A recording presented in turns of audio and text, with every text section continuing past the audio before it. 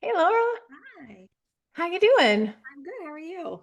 I'm good. I'm good. What would be helpful today? Whew. All right. So I feel like if you don't mind, I'm going to start talking about like a little bit about my practice and how it started and kind of where it is now and like kind of the pathway that I'm seeing for myself. Yeah.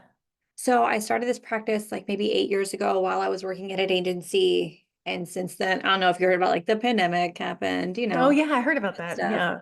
And then I also had two kids. And so I kind of eased off the throttle a little bit with all that. And luckily, my partner makes enough for us to be comfortable. Like, we're fine, Hmm. we're content. Like, we're not like crazy, but like, we're Yeah. comfortable, we're fine. So that kind of allowed me the flexibility while the kids are young to be home with them as much as possible. Hmm. Um, Another good part about that is I hate networking and marketing. I would rather die. I hate Okay. it. So it's kind of nice. It's like, it's just like word of mouth and, people who know me or like, that kind of referrals have been coming in. I'm just not good at it. I don't like it.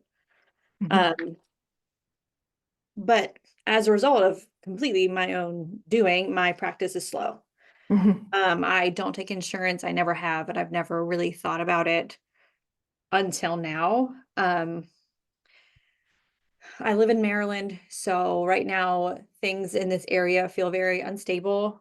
Hmm. And with my partner's job, we don't really know what's going to happen, right? And so, whereas this is a very new thing for us, and so we've been talking about what's our next plan? If something were to happen, we need to have a plan in place. And that plan would be me taking insurance.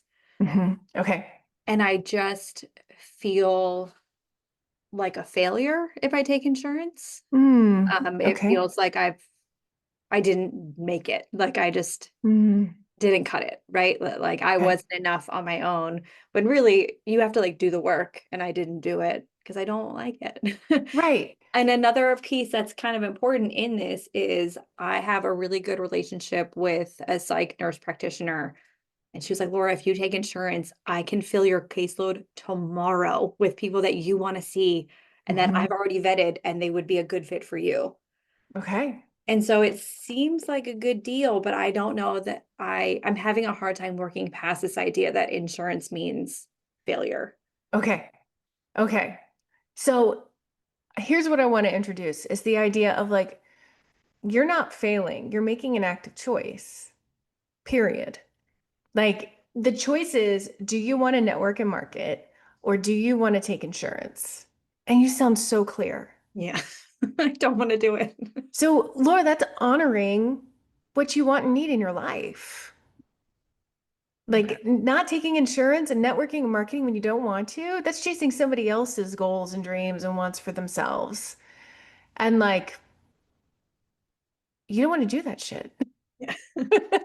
I'm just not good at like if that's my skill set, like that's just not me. And I also feel like since my practice has been slower, I I don't know if this is actually true. I don't think it's actually true, but my mind is saying, well, you haven't had any like really tough cases. Like maybe your skills aren't what they were. So how can you go around and being like, I can solve all your problems and here's what I'm so good at, even though I know my skills, I know I'm good at what I do, but like there's Yeah. this like blockage that's like, you've been taking it easy. Like, Hmm.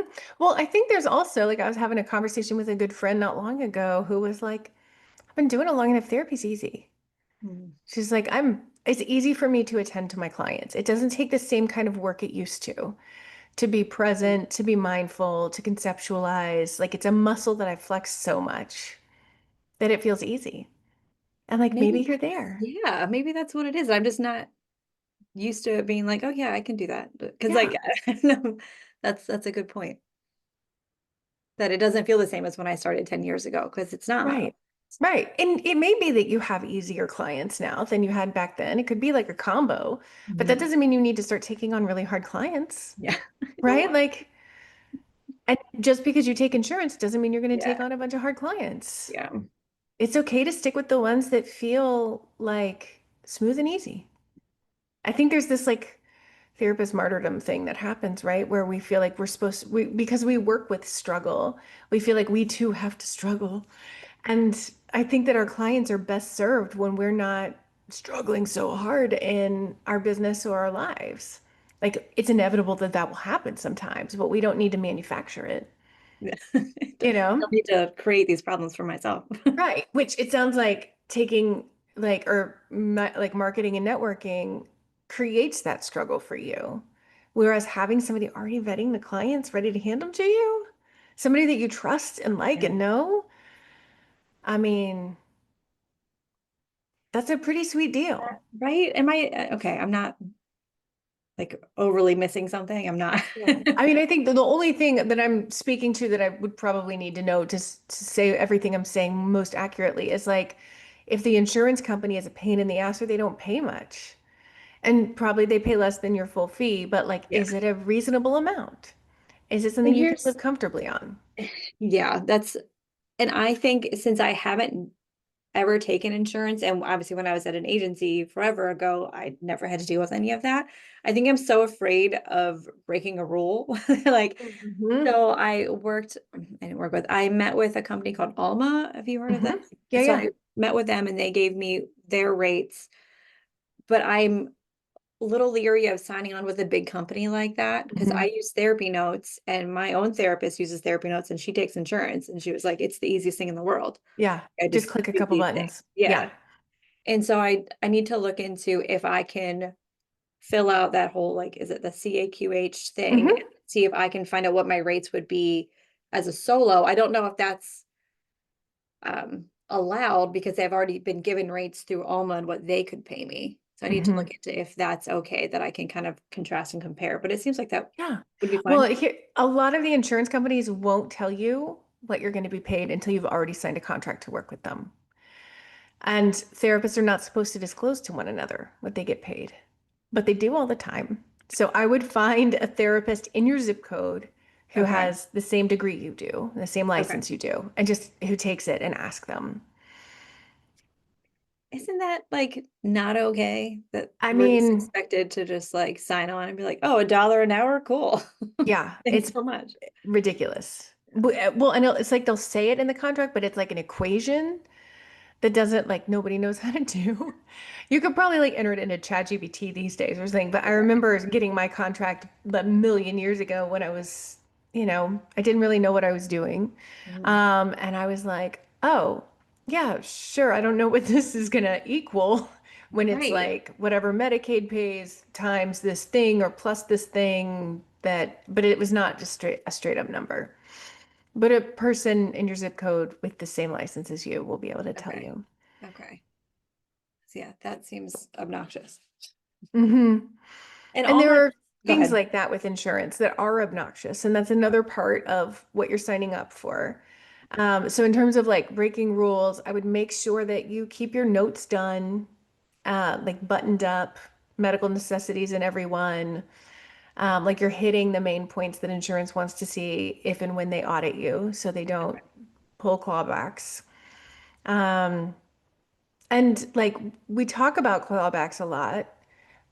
I hear about clawbacks a fair amount.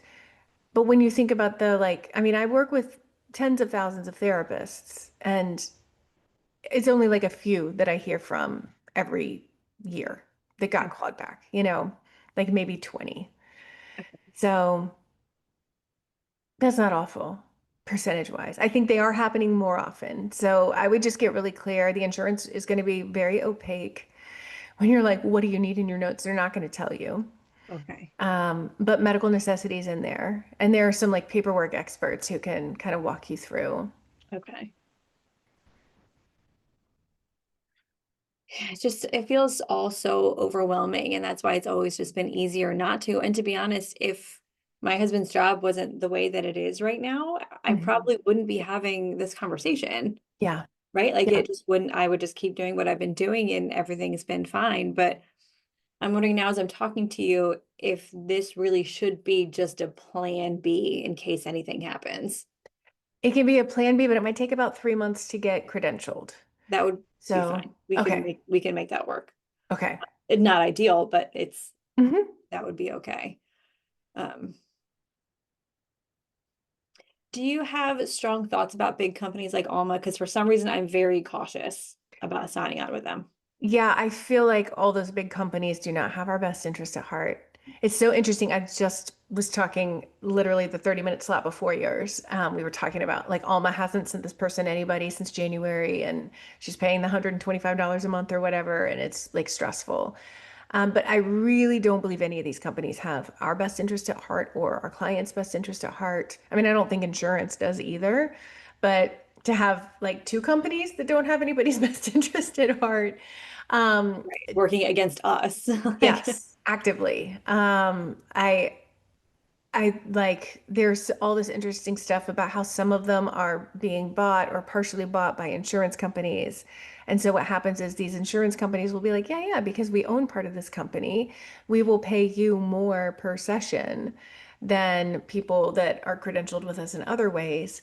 And it gives them this loophole because insurance has to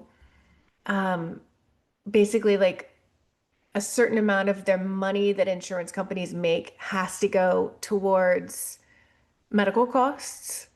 And so they can buy these companies, which is going towards a medical cost, and then they can pay more. So it's kind of like this weird, mm, like mean, bad loophole instead of them just like fucking taking care of people. wouldn't that be fucking cool? Like, can we Yeah, just all be cool? right. Just all be normal.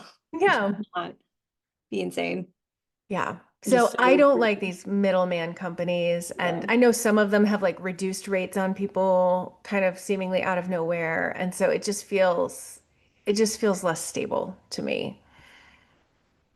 Yeah. Yeah, something was just kind of holding me back that I was like, I just don't know. Like, and Hmm. part of it honestly was just I had to switch.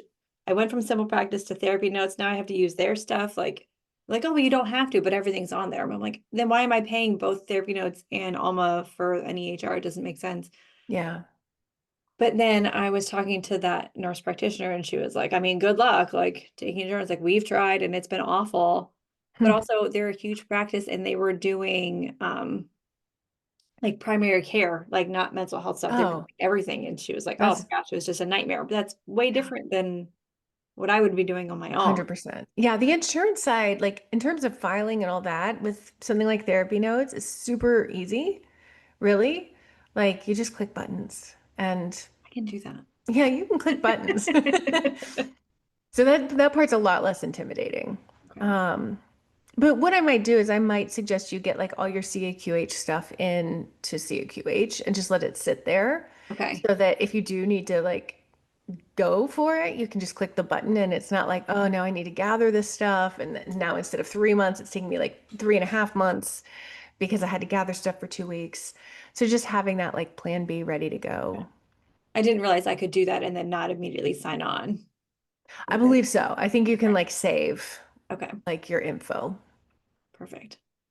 Yeah, I got like halfway through it with Alma and then I was so mad that I just stopped. So I was like, this is why I didn't want to do this. I hate Right. like, doing Yeah. It's a lot of bureaucracy. You could also consider hiring somebody to do it. There are people it. out there who will get you credentialed. Um, ultimately you're kind of doing the same thing because you're still going to have to get them a bunch of Right, it's information. all to get it all.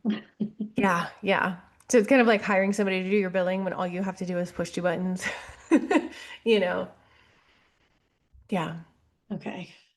See, I like the reframe of like, this is just a choice that I'm making for my own sanity because I genuinely don't like marketing. And I know there's some like inner work that I need to be doing and have been doing in my own therapy of like, why do you hate this? It's because you Hmm. hate putting yourself out there and saying, like, hey, I'm good at this and you should hire me, which is Uh-huh. inherently a really uncomfortable thing to do. And it's also hard when you do send out emails and you don't hear anything back. And it's like, Hmm. do I just keep pestering these people? Do I just keep like doing the same Yeah. thing? But I just can't like go up to my local high school and be like, hey, I want to meet with a counselor. Like, I can't do that. Yeah. Yeah. So, I mean, I think, yeah, working on the fear of being seen in therapy and the like owning that you're good at something and all of that. And not Yeah. only are you good, it's easy now. Like No, that's great. working on that is great. And I would work on that just for the sake of working on it, not necessarily to get to a point where you're like, yeah, I want to have my own YouTube show, you know? Like, if you decide to go that route later, amazing. But I would keep that maybe divorced from how you actually run your practice if it's a heavy lift. You know, like I want you to just be able to work on being seen without your income depending on it. Yeah, I'm sure that would be very, and yeah, I'm doing that within my own personal life. And yeah, we can start kind of transitioning into like all aspects of life. I'm like, Hmm. it's okay to know what you want and know what you're good at. And I remember one of my supervisors in grad school was like, you need to know what you're good at. Like, Hmm. this is okay. It's not bragging. And I was like, oh, that's, she's like, yeah, how else are you going to do this job? I was like, I Yeah. don't know. I just thought I'd just show up. Right. Just show up and do whatever job I did and hope it's Right. good. Yeah. Fingers crossed. Okay.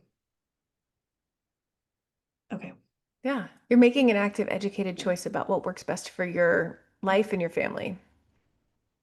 And I also can't feel pressured to make a decision because someone else has clients that need to be served. I think that's another piece of it too. I Mm-hmm. feel bad. Like there's people that want to be seen, and if I don't take insurance, then I can't see them. But that's a choice I need to make for myself and for my family and how Yeah. we're running right now. Yeah. Because there are like lots of people with schizophrenia that you could see right now, but I don't think that's your niche. Good. You know, like there are lots of people who are not interested in being in therapy but need it, and they're not your people either. Yeah. And so it's like like if we start to put pressure on ourselves of like we have to take care of people, then like when you start expanding it to you have to take care of all people, you start realizing how like ultimately ridiculous it is, right? Yeah. Like you need to take care of the people that it works for you to take care of. When I was thinking about my ideal client, because I've worked through some of this stuff in abundance and like trying to pinpoint it, is it normal to feel like this is going to sound so silly? My ideal client is like who I was 5 to 10 years ago. I feel like it Mm-hmm. like keeps shifting and I like keep getting like before I loved working with teens and like Uh-huh. now it's more young adults. Now it's more like newer moms. I'm like, I feel like it's just who I was a little bit. Yeah, it almost always is. I would say Okay. like probably like 90 something percent of the time our niche Okay. is like a younger version of us. And yeah, I used to love working with like college students and I was like, oh, they're just it, you know? And then I got older and I was like, oh God. So tired. I don't know what the words you're using. Yeah, I need a translation, please. Yeah, and it's okay that that shifts, Okay. you know, and now my whole entire niche, not just the demographic, but my entire niche has shifted, and that's great, you know? I wasn't sure if it was something that should be like set in stone and like focused on, and that's what other people did was like, this is who I work Hmm. with, and like that's that. Yeah, I mean, I think ultimately, yes, for an extended period of time, but not forever. Okay. And you will get people who are not your ideal clients, but are very similar to them in different ways, you know? So, like my eating disorder clients that I love, um, I ended up getting a bunch of people on my caseload who are business owner, perfectionist driven types. Mm, There's a lot of overlap in like the compulsion, but they didn't have any food and body stuff. They were just, you know, trying to make shit work with their businesses. And so whatever, even though my whole website is like eating disorders, you know, and that's just they were attracted to the other pieces of what I was saying. okay. It's funny when like you know something, like I know that to be true, but hearing someone like reassure that is very Hmm. helpful. Yeah, yeah, Because I feel like when I do, and I know this is true, like when I was working through it, I'm like, it's okay if it's not, like other people will come, like they will yeah. still resonate with what you're saying. Yeah, I just feel like this was the first school, this past school year was the first one where both of my kids were in school most of the time, not all day, Hmm. the most freedom I've ever had. Yeah. And so I was like, just like take a year and just like see what you want to do. Like Hmm. it's okay to just take some time and like get yourself figured out. And then now that the summer is coming, I'm like, oh, I should have gotten a lot more figured out. Like, I mean, you probably needed the rest that you got, and you can't like what I am learning as I get older is you can't force the knowing of anything. You could have sat there and meditated every day and like journaled every day, and you wouldn't be any closer to knowing what you want than you do right now. Like if you're leaving space for it, even if it's not hours and hours, it'll show up, you know, as long as you're questioning. Yeah. So now maybe next school year is where things will shift. But Maybe. honestly, like I said, like we just don't know what's going to happen. And so I think at least having a game plan of like, it's okay to take insurance. Maybe not with a big company. If there's some like there's something within me that's like, I don't think I want to work with them, even if Hmm. it means taking less money through a direct insurance company. I don't think that it's Yeah. worth it enough. Hmm. But yeah, I'm not a failure if I take insurance. That'll Not be at all. No. Just yeah. like you don't think anybody else is a failure if they take insurance, you know? Yeah, these like crazy double standards that we put on ourselves. Like, it's Yeah. okay for you to take a break. No, you take a nap. If I take a nap, Mhm. I'm disgusting. I'm the worst. Like, Right. totally do that. Yeah.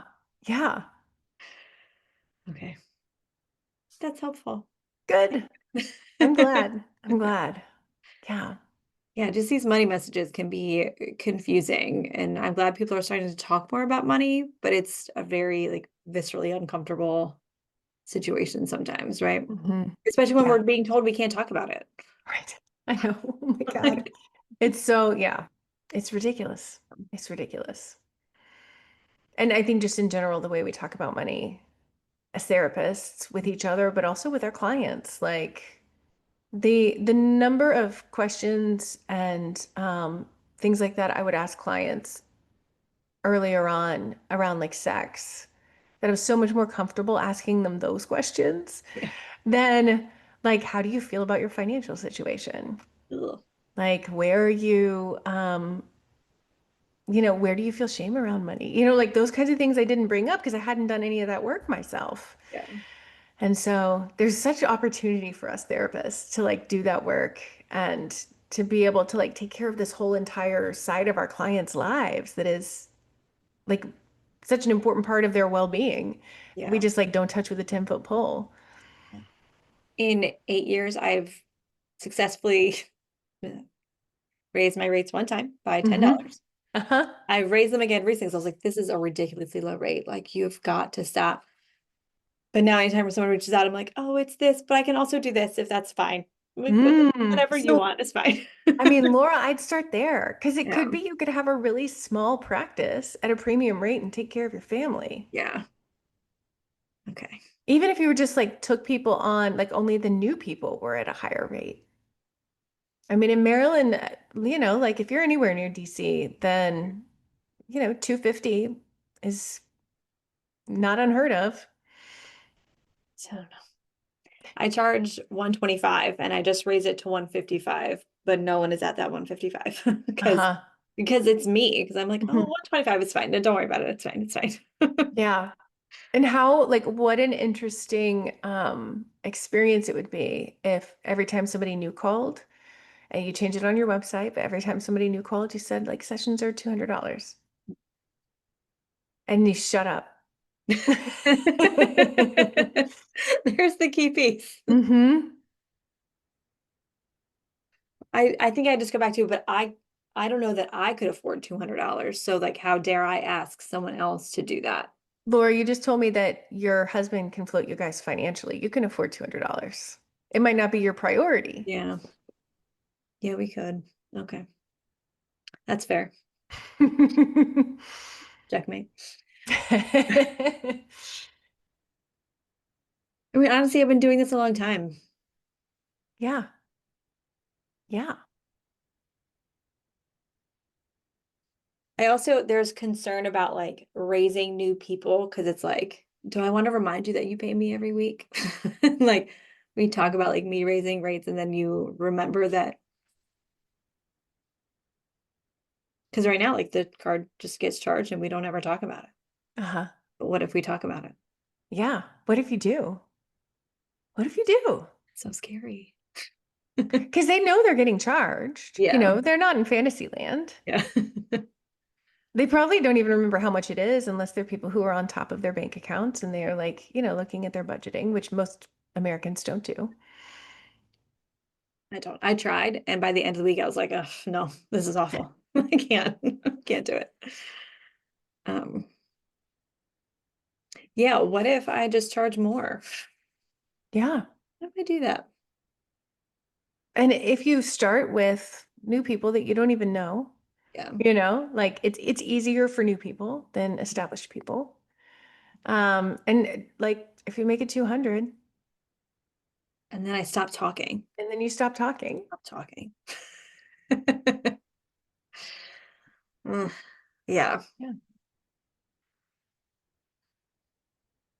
Yeah, that would definitely make us more comfortable. Because obviously my income helps, but like it's Mhm. not enough to really do anything. Yeah. And then I shut up. I'm gonna literally run right down 200 and shut up. Hmm.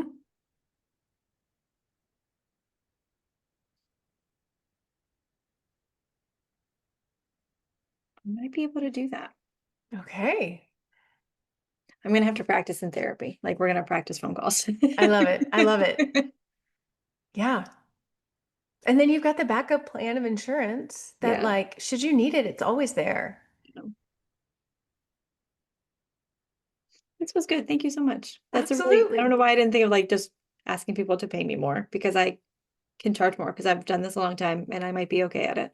I might be Yeah. good at Yeah. And can we just make that language a little stronger, please? it. I'll work on it. No guarantees Okay. today. I have Okay. therapy tomorrow, so we will There we work on go. Love it. it. Love it. All So right, maybe cool. this is a good like refresh to like look at the website again. We can do this. Yeah, absolutely.